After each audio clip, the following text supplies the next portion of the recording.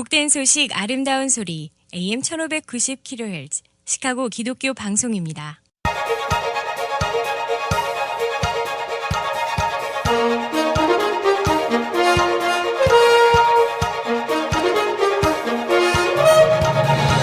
김정일 해설위원의 시사 해설. 세상을 넓게 봅니다. 삶의 지평이 넓어집니다.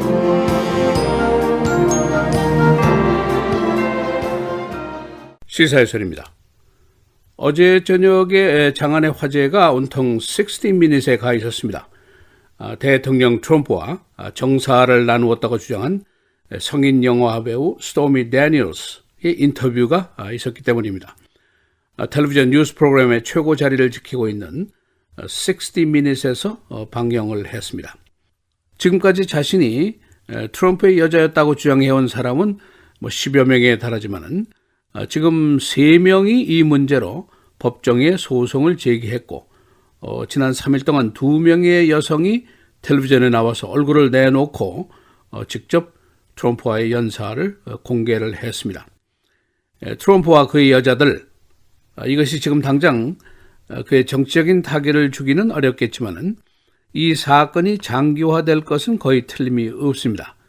이것이 법정 송사 문제고 또 트럼프가 페이크 뉴스라고 맹타를 해온 언론들에게는 매우 흥미있는 거리들이기 때문입니다.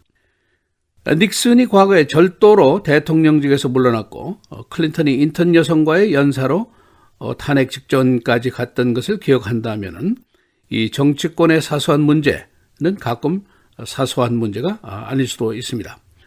그래서 오늘은 어제 방영된 60미닛의 내용과 트럼프가 맡고 있는 여성 문제 송사, 법률적인 문제가 무엇인지 요약을 해보겠습니다. 어제 60미닛에 등장한 여성은 스토미 데니얼스, 본명은 스테파니 클리포드입니다. 그녀가 지난 2006년도에 도널드 트럼프와 연사를 갖게 됩니다. 그녀의 직업은 성인 영화에 나오는 배우입니다. 트럼프는 당시에 그녀에게 자신이 제작을 해온 텔레비전 프로그램 The Apprentice의 출연을 제안했는데 그러나 실제로 시도는 되지 않았습니다. 그리고 세월이 지나서 이 스토리를 태블로이드 매거진에 팔려고 시도를 했었습니다. 이때 라스베이거스에 있던 한 파킹랏에서 그녀가 괴한으로부터 협박을 당하게 됩니다. 트럼프를 건드리지 말라. 그 스토리는 잊어버려라. 그러면서 그녀가 안고 있던 어린 딸을 쳐다보면서 만일 그녀의 엄마에게 무슨 일이 생긴다면은 이 예쁜 딸이 어쩔꼬 이런 협박을 한 후에 그는 사라졌습니다. 이것이 어제 그녀가 60미닛에서 나와서 한 말입니다.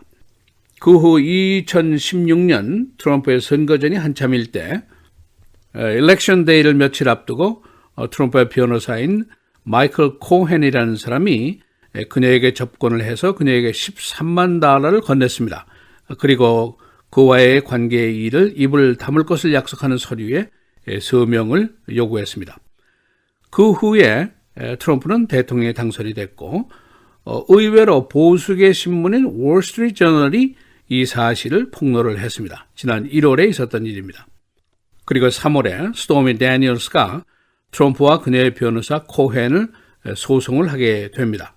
그 이유는 침묵 조건 서류에 당사자인 트럼프의 서명이 빠져 있으니까 이 계약은 무효다 하는 주장의 소송입니다. 이제 이 소송은 앞으로 계속이 되는데 트럼프의 이름이 어떤 형태로 등장할지가 이제 관심사입니다. 그런데 일단 그녀의 변호사의 주장은 이것은 적법한 개혁이다. 그리고 그녀가 20여 회나 벌써 이 일을 들춰냈으니까 약속대로 1회 $100만, 2천만 달러를 내야 한다 하는 주장을 펴고 있습니다. 이제 여기서 이 송사가 끝이 나는 것이 아니라 두 케이스가 더 있습니다. 하나는 전 플레이보이 모델인 캐런 맥두걸, 그녀도 $15만 침묵 조건으로 바꿔 사인을 했는데 이것이 무효라는 소송을 지금 제기한 상태입니다. 그녀는 이 스토리가 내셔널 인콰이어라는 잡지의 모 회사와 계약을 했는데 이 회사는 바로 트럼프의 친구에 의해서 운영이 되는 회사입니다. 그래서 그 스토리를 기사화하려고 산 것이 아니라 묻어버리려고 산 것입니다. 그런데 캐런 맥두걸은 트럼프를 사랑했었고 관계도 8개월 이상 지속됐었다고 진술을 했습니다. 그러니까 스토미 데니얼스와의 관계가 텔레비전 출연을 미끼로 한 성관계인 것과는 성격이 좀 다릅니다. 또 다른 한 건이 있는데 바로 텔레비전 프로그램 Apprentice에 출연했던 출연자인데 Summer Zervos라는 여성입니다. 그녀는 트럼프가 당시에 텔레비전 출연 당시에 자신을 성추행했다고 제소를 했고 법원이 이 소송을 지금 진행 중에 있습니다. 이 트럼프의 스토리는 있을만한 줄거리입니다. 술과 여자와 돈과 음모, 탐욕, 섹스 이런 스토리입니다. 그런데 여기서 좀 더 색다른 면이 이 스토리에 있습니다. 바로 선거법과 관련된 것이 특성입니다. 이 트럼프 대통령의 변호사가 스토미 데니얼스에게 13만 달러를 준 그 행위가 선거법 위반과 무관하지 않다 하는 의견이 있습니다. 그래서 바로 법무부와 Federal Election Commission 연방선거위원회가 이 문제 제기를 이제 다루도록 되어 있습니다. 정부 감독기관인 시민단체 Common Cause의 주장입니다. 이 돈의 실제는 2016년도 선거에 영향을 끼치려고 한 돈이다. 고로 이것은 선거법 위반이다 하는 주장을 FEC에 정식으로 제기를 했습니다. 트럼프 변호인 측은 이 돈이 트럼프의 돈이 아니라 자신의 돈이다 라고 미리 선수를 쳤지만은 이 Common Cause의 주장은 그러니까 더 불법이다 하는 주장을 하고 있습니다. 선거법 전문가의 의견을 들어보면은 그 돈이 campaign contribution, 선거 헌금으로 간주가 될 수 있다 하는 의견을 가지고 있는데 만일 그럴 경우에는 이것이 법적으로 큰 문제를 야기할 수가 있습니다. 그리고 변호인이 만일 자신의 개인 돈으로 줬다면은 그것은 개인 헌금의 한계를 초과한 액수이기 때문에 그 변호사도 법적으로 처벌을 받을 수 있다는 해석을 하고 있습니다.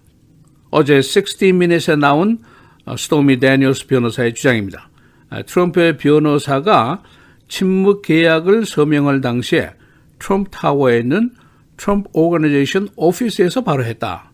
그리고 그 커버 레터 서류에 있는 내용이 변호사 코헨의 직함이 다널드 트럼프의 스페셜 카운슬 특별 변호사 그리고 트럼프 오거니제이션의 변호사 이렇게 되어 있었다는 것이죠. 그러니까 이 계약 행위 자체가 트럼프 또는 트럼프 오거니제이션과 무관치 않다 하는 주장을 하고 있습니다. 이 세 건의 여성들로부터 받은 송사가 앞으로 어떻게 전개될 것인지 많은 관심이 쏠리고 있습니다. 한 가지 분명한 것은 이제는 모든 것이 공개가 되어 있기 때문에 침묵 계약을 맺는다든가 쉬쉬하기가 매우 어려운 형편이 되어 있다는 점입니다. 트럼프가 돈이 많은 사람이고 또 좋은 변호사도 많이 고용할 수 있는 입장이지만은 그런데 지금 트럼프의 송사들은 섹스와 관련된 송사에서 그치는 것이 아니라 러시아 관련 수사까지 걸려있기 때문에 여간 골치 아픈 일이 아닐 것입니다. 시사해설 김정일입니다.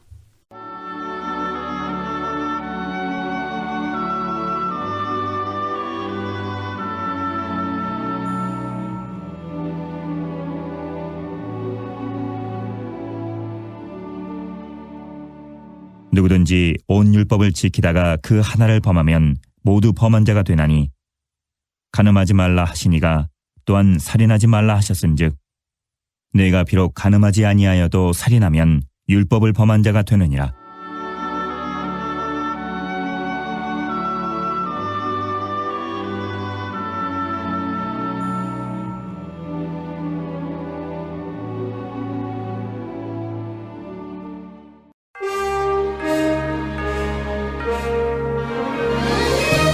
(3월 26일) 월요일 헤드라인 오늘의 주요 뉴스입니다. 트럼프 대통령과 지난 2006년 성관계를 가졌다고 주장하는 스토미 데니얼스가 트럼프 측으로부터 협박을 받아 함구 조건에 동의했다고 말했습니다. 데니얼스는 어제 CBS의 60분과 인터뷰에서 자신이 트럼프 대통령과의 성관계를 나눈 사실을 침묵하는 대가로 2016 대선 전 13만 달러라는 극도로 낮은 합의금을 받은 것은 수년 전 협박을 받았고 안전이 우려됐기 때문이라고 말했습니다. 진행자인 앤더슨 쿠퍼가 왜 지금 침묵을 깨는지를 묻는 질문에 데니얼스는 거짓말쟁이가 되는 것은 괜찮지 않다며 자신을 변호하고 싶다고 말했습니다. 러시아 시베리아의 쇼핑몰에서 발생한 화재로 최소 64명이 사망하고 11명이 다쳤습니다. 이 중 9명이 어린이로 확인됐습니다. 10여 명이 아직도 실종 상태입니다. 언론 등에 따르면 현지 시간 어제 오후 5시경 케메로보즈 중심가의 윈터체리 쇼핑센터에서 발생한 화재로 20여 명이 구출되고 100여 명이 대피했습니다. 4층 건물의 꼭대기에서 발생한 화재는 건물 전체로 번져 전부 불에 탔습니다. 지난 24일 워싱턴 DC에서 열린 우리의 생명을 위한 행진에 참여했던 플로리다주 파클랜드 마조리 스톤맨 더글라스 하이스쿨 여학생 18살 에마 곤잘레스가 침묵 연설로 전국적인 주목을 받았습니다. 쿠박의 이세인 곤잘레스는 연단에 올라 6분 20초 동안 침묵을 했습니다. 6분 20초라는 시간은 지난 2월 14일 마조리 스톤맨 더글라스 고교 캠퍼스에서 총격이 계속된 시간이었습니다. 곤잘레스는 총격 참사 당시의 경험담을 패션 잡지 하퍼스 바자에 실어 주목을 받았습니다. 애플이 미국 교실을 점령한 구글에 도전장을 제출합니다.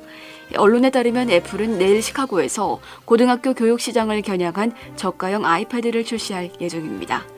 애플은 터치스크린을 사용한 교과서와 수업 교재, 노트, 교육용 운영체제가 교실에서 보편화될 것이라는 전망에 따라 2012년부터 교육 시장에 문을 두드렸습니다.